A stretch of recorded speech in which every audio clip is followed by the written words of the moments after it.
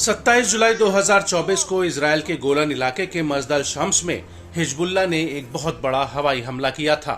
इस हमले में 12 बच्चों की मौत हो गई थी। ये सभी बच्चे वहां मैदान में फुटबॉल खेल रहे थे। वहीं दूसरी तरफ इस हमले में 44 से ज्यादा लोग घायल भी हुए थे।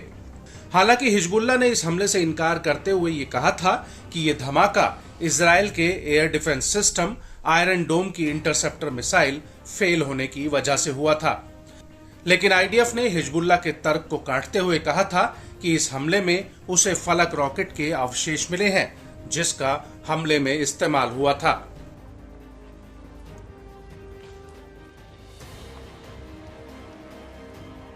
और इस हमले के बाद इजरायली प्रधानमंत्री बेंजामिन नेतन्याहू ने हिजबुल्लाह के सामने डंके की चोट पर कह दिया था कि वो इसका बदला लेकर रहेंगे और वो इतना कठोर होगा जिसे हिजबुल्लाह कभी भुला नहीं पाएगा।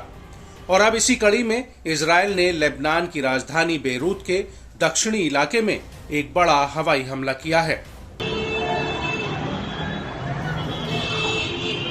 हिजबुल्लाह ने इस हमले में ड्रोन का इस्तेमाल किया है।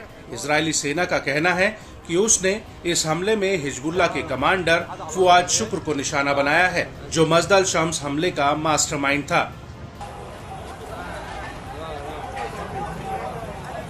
आईडीएफ के मुताबिक शुक्र हिजबुल्लाह प्रमुख हसन नसरल्लाह का सलाहकार है, जो साल 1983 में बेरूत में अमेरिकी मेरीन कॉर्प्स बैरक्स पर बमबारी करने का आरोपी है। इसको लेकर अमेरिका का कहना है कि इस हमले में उसके 241 नौसैनिकों की जान चली गई थी और इसके बाद अमेरिका ने शुक्र पर 50 लाख अमेरिकी डॉलर का इनाम रखा था। अमेरिका का कहना है कि शुक्र हिजबुल्लाह की जिहाद काउंसिल का प्रमुख है, जो हिजबुल्लाह की एक अहम सैन्य शाखा है। लेकिन बड़ी बात यह है कि आईडीएफ के इस हमले में फुआद शुक्र मारा गया या फिर जीवित है, इस बात की पुष्टि नहीं हुई है।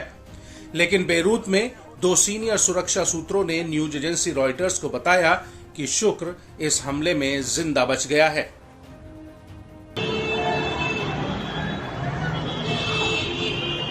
वहीं इस हमले को लेकर लेबनान की न्यूज एजेंसी अल मयादीन का कहना है कि आईडीएफ के इस हमले में 3 लोगों की जान चली गई है, जबकि 10 से ज्यादा लोग घायल हो गए हैं।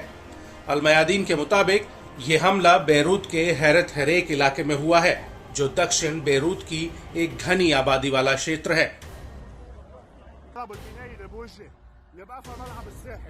आपको बता दें कि अभी तक इजराइल बेरूत के इस इलाके पर हमला करने से परहेज कर रहा था और इससे पहले 2 जनवरी 2024 को आईडीएफ ने यहां पर एक हवाई हमला किया था, जिसमें लेबनान में हमास के टॉप कमांडर सालेह अल अरौरी और अन्य अधिकारियों की मौत हो गई थी।